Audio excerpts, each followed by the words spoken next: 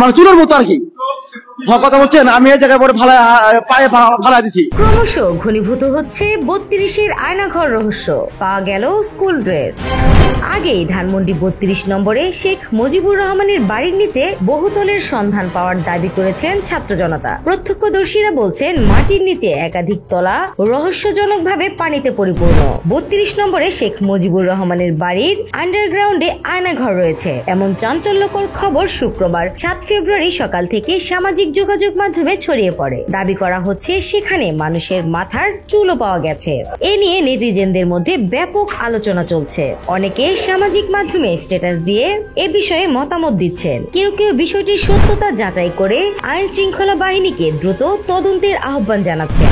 আজ 8 ফেব্রুয়ারি বেসরকারি একটি গণমাধ্যমের প্রতিবেদনের ক্যামেরায় উঠে এসেছে আয়নাঘর সন্দেহ করা 32-এর ভবনটির নিচের কক্ষগুলোয় স্কুল কলেজের ছাত্রদের প্যান্ট, ব্যাগ, জুতা।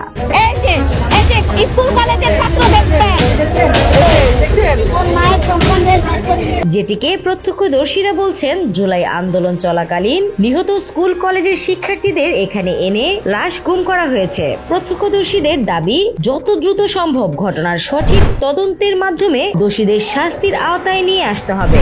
দৈনিক নতুন সময়, ঢাকা।